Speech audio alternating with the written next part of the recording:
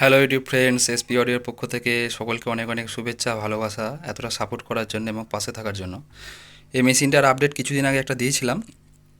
তো এই মেশিনটা STK 459 স্টিরিও অ্যাম্পলিফায়ার এবং বহুদিন পুরাতন একটা মেশিন। তো এই মেশিনটা কিছুদিন আগে একটা অন্য জায়গায় রিপেয়ারিং হয় এবং সেখানেতে যিনি কাজ করেছিলেন তিনি বেস ট্রিবিল সেকশন বোর্ড অ্যাড করেছিলেন এবং ওয়্যারিং করেছিলেন। তো মেশিনটা কাজ করানোর পর কাস্টমারের কাজটা মানে কাস্টমার স্যাটিসফাই হয়নি এবং কাস্টমারের কাজটা সাকসেসফুল হয়নি। কাস্টমারের মেন প্রবলেম হচ্ছিল যে গান চলছিল কিন্তু তার সাথে একটা হামিং সাউন্ড আসছিল এবং গানকে পজ রেখে দিলেও স্পিকারের পর্দা ভাইব্রেট হচ্ছিলো, তারপরে গোঁ করে একটা সাউন্ড আসছিল। তো কাস্টমার আমার সাথে যোগাযোগ করে, আমি কাস্টমার প্রবলেমটা বলে আমি কাস্টমারকে বলেছিলাম যে মেশিনটা নিয়ে আসতে হবে, কারণ শুনে বোঝা যাবে না। তো কাস্টমার মেশিনটা নিয়ে আসে এবং কাস্টমার যখন আমি যখন চালাই, কাস্টমার যখন মেশিনটা দেয় তখন আমি দেখি ঠিক কাস্টমার যেটা বলে সেম প্রবলেম, যে গান চললেও একটা হামিং সাউন্ড, গান না চললেও হামিং সাউন্ড, গোঁ করে একটা সাউন্ড আসছে এবং স্পিকারের পর্দা কাঁপছে। তো যদি এরকম ধরনের প্রবলেম আসে তাহলে সেটা একদম 100%-এর মধ্যে 101% মেশিনের মধ্যে কোনো না কোনো ফল্ট রয়েই গেছে। তাই জন্য এরকম প্রবলেম আসছে, কারণ স্পিকার কানেক্ট থাকলে বোঝা যায়। স্পিকার যদি কানেক্ট থাকে আর যদি গানটা পজ রেখে আমি যদি ফুল ভলিউম করি তাহলে বোঝা যাবে যে বক্সটা কানেক্ট আছে। যেমন ধরুন এটা কোন গানটা পজ করা আছে, আমি যদি গানটা চালাই গানটা কিন্তু চলবে, কিন্তু ভলিউম বাড়ানো আছে, কিন্তু কোনো রকম কোনো সাউন্ড শুনতে পাবেন না বা হামিং সাউন্ড কোনো রকম কানে আসবে না। দেখুন গানটা চালিয়ে দেখাচ্ছি, তো গান চালু করলে গান চালু হয়ে যাবে কিন্তু কোনো রকম কোনো নয়েজ আসবে না। আগে সাউন্ড টেস্টটা শুনেই নি, তারপরে কথা বলবো।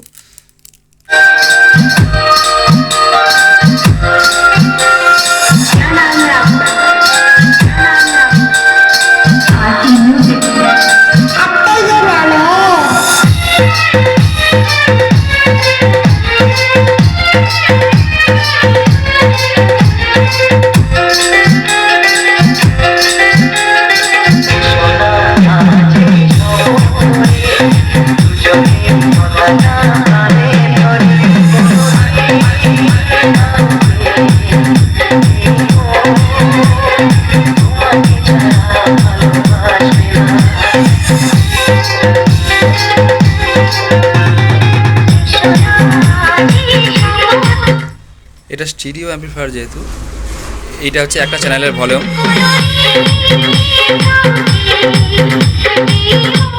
আর এইটা একটা চ্যানেলের ভলিউম।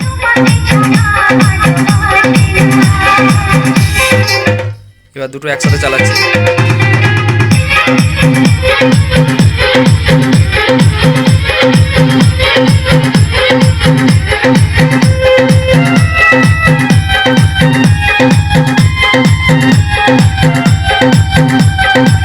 Download from djsmcmix.in.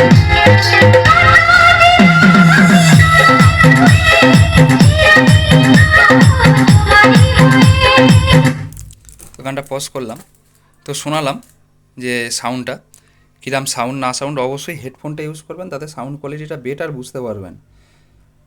কারণ হচ্ছে এই যে মেশিনটা যে আউটপুট তার থেকে মানে ডবল ওয়াটের স্পিকার কিন্তু আমি ইউজ করা আছে এখানে, যেটা কোনো দিনই এমনি শুনে বুঝতে পারবেন না।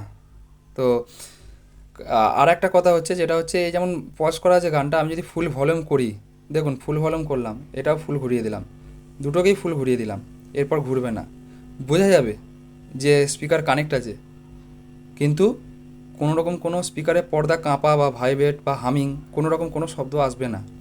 আর এটা বোঝা যায় যে গান পজ অবস্থায় ফুল ভলিউম যদি করা হয়, এটা বোঝা যায়। তার কারণ হচ্ছে আমরা জানি যখন কোনো সিগন্যাল যায় সেটাকে ব্যাকে আসারও একটা রাস্তা চাই, কারণ একটা জায়গা দিয়ে সিগন্যাল গেলে সেটাকে রিটার্ন ব্যাকের জন্য আর একটা পথ চাই। কিন্তু এখানে হচ্ছে গানটা যখন পজ থাকে তখন অডিও সিগন্যালটা ফেস দিয়ে যাচ্ছে, কিন্তু গ্রাউন্ড দিয়ে সেটা রিটার্ন হতে পারে না।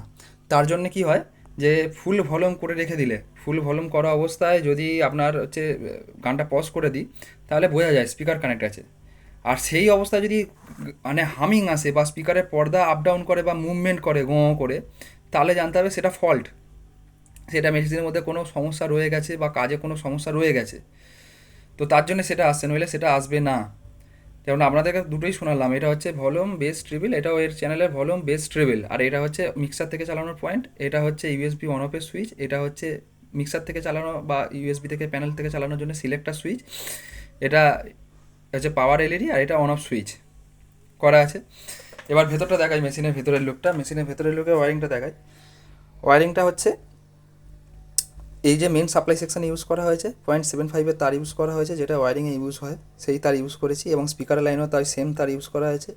বেস টিভির সেকশানেও যে 5 কালার তার ইউজ হয়েছে সেটাও কোয়ালিটির, দেখলে বুঝতে পারবেন। কারণ দেখাচ্ছি এর যে পুরো টোটাল ওয়ারিংটাই আমি বাদ দিয়ে দিয়েছি। এর ওয়ারিংটা ছিল হচ্ছে এইটা, এটা হচ্ছে এর ওয়ারিংয়ের ছিল।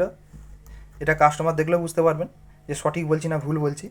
তো এটা এর ওয়ারিং ছিল, এবং যেখানে কাজ হয়েছিল বা যেখানে যে তারগুলো ছিল, যে এই যে 5 কালার তারটা পর্যন্ত দেখুন, 5 কালার তারের কোয়ালিটিটা দেখুন। আমি যে 5 কালার তার লাগিয়েছি আর এই যে তারের গেজ দুটো দেখলে আপনারা বুঝতে পারবেন যে দুটো গেজ সম্পূর্ণ আলাদা। আর আমি সচরাচর এই 5 কালার যে তার আছে এরকম কোয়ালিটির তার ইউজ করি না, আমি এই তারই ইউজ করি। কারণ এই তারে খরচা বাঁচিয়ে, এই তারটাও একটা গুরুত্বপূর্ণ ভূমিকা অ্যাম্পলিফায়ার মেশিনে। এখানে খরচা বাঁচিয়ে কোনো লাভ হয় না, তো এতে কাস্টমারের লস হয়। আর দ্বিতীয় কথা হচ্ছে এই ভেস্টিবল সেকশনটা দেখতে পাচ্ছেন, এটা পুরো নিজের হ্যান্ডমেড ভেস্টিবল বোর্ড, এক একটা পার্টস গেঁথে তৈরি করা, এটা বাজারের কোনো বোর্ড না। যেমন বাজারে এইগুলো পেয়ে যায়, এই বোর্ড পাওয়া যাবে LM324-এর যে ভেস্টিবল, এটা মার্কেটের বোর্ড, এর মধ্যে লাগানো ছিল, আমি খুলে দিয়েছি। এবং ওয়ারিংগুলো দেখতে পাচ্ছেন কত ভালো সুন্দর করে সাজিয়ে এক একটা করে পাকিয়ে তারের সাথে এবং টাই কর্ড দিয়ে বাঁধা আছে, এবং প্রত্যেকটা ক্যাপাসিটার পর্যন্ত কিলট্রনের লাগানো আছে। এটা দুটো স্টিরিও বোর্ড লাগানো আছে, আর জেআরসি অরিজিনাল আইসি লাগানো আছে। আমি দেখাচ্ছি ভিডিওটা দেখুন, এখানে জিআরসির অরিজিনাল আইসি দিয়ে করা আছে, কোনোটাই ডুপ্লিকেট বা ডুপ্লিসিটি নেই। তো এই কারণেই করা ভালো করে, যাতে কাস্টমার যে পয়সাটা খরচা করছে সেই পয়সাটা যাতে কাস্টমারের কাজে আসে, সেই পয়সাটা যাতে লস না হয়। কারণ একটা জিনিস ভাবার, এই মেশিনটা 2 সপ্তাহ হয়েছে রিপেয়ারিং হয়েছে একটা জায়গায়, সেখানে পয়সা খরচা হয়েছে, আবার 2 সপ্তাহ পর একটা জায়গায় রিপেয়ারিং হতে এসেছে, এখানেও পয়সা খরচা হবে। এটা কাস্টমারকে বুঝতে হবে, আর এটা মিস্ত্রিকেও বুঝতে হবে। তো যাই হোক, এবার অভিজ্ঞতাটা নিজের ওপরে, যে যার অভিজ্ঞতা মতন সে তার কাজ করে। আমি আমার অভিজ্ঞতা থেকে কাজ করেছি, জানি না ঠিক না ভুল, তবে চেষ্টা করেছি আপনাদের সকলের সামনেই সবটাই দেখালাম, যে কি না কি বৃত্তান্ত হেনা তেনা। তো যাই হোক, আপনারা নিজেরাই শুনে বলবেন, আর অবশ্যই হেডফোনটা ইউজ করবেন, নাহলে সাউন্ড কোয়ালিটি সেরকম বুঝতে পারবেন না। কারণ এর যে ট্রান্সফর্মার, এই ট্রান্সফর্মারটা যে 12-0-12 ট্রান্সফর্মার 5 অ্যাম্পিয়ারের, যেটা হচ্ছে এই এসটিকের সাপ্লাইয়ের জন্য যথেষ্ট নয়। এখানে 20-0-20 বা 24-0-24 থাকলে ঠিক ছিল, কিন্তু এখানে লাগানো আছে 12-0-12। আর আমার বক্সগুলো হচ্ছে 200 ওয়াটের বক্স, যেটা এর জন্য কখনোই প্রযোজ্য নয়। তবে আমার কাছে নেই বলে উপায় নেই, কারণ আমাকে এই বক্সেই টেস্ট করতে হয়েছে। আর কাস্টমারের কাছে 8 ইঞ্চি স্পিকার কাস্টমার ইউজ করে, সেখানে কোনো প্রবলেমই আসবে না। তাই জন্যে যেহেতু এই অনেক হাই ওয়াটের বক্স দিয়ে এই মেশিনটা টেস্ট করছি, তাই জন্য বলছি বারবার ধরে হেডফোনটা একবার ইউজ করে শুনবেন, তাতে সাউন্ড কোয়ালিটিটা বেটার বুঝতে পারবেন। কারণ এর আউটপুট হচ্ছে পার চ্যানেল 18 ওয়াট করে, 8 ohmসে 18 ওয়াট আউটপুট দেবে এক একটা চ্যানেল, এটা স্টিরিও। আর সেখানে লাগানো আছে এক একটা চ্যানেলে 200 ওয়াট। তো নর্মালি সাউন্ড কোয়ালিটি সেরকম বোঝা যাবে না। আর চেষ্টা করেছি মেশিনটা কোয়ালিটি দাঁড় করানোর জন্য। আর যদি কারোর এরকম অবশ্যই মেশিন দরকার লাগে বা মডিফাই করার দরকার লাগে, অবশ্যই যোগাযোগ করে নেবেন। আমার ফোন নাম্বার 6295756865। আর অ্যাড্রেস হচ্ছে হাওড়া সীতাপুর। আর আমতা দিয়ে আসতে পারেন, আমতায়ও আসতে পারেন, আমতা হচ্ছে আমার দোকানের অ্যাড্রেস। আমতায় আসতে গেলে হাওড়া থেকে আমতা লোকাল ধরে আমতা নেবে, আমতার দোকানে আসতে হবে। আর যদি বাড়ির লোকেশনে আসতে চান, তাহলে হাওড়া থেকে আমতা লোকাল ধরতে হবে, ধরে বরগাছিয়া স্টেশনে নেবে, সীতাপুরে আসতে হবে। সবাই ভালো থাকবেন, সুস্থ থাকবেন।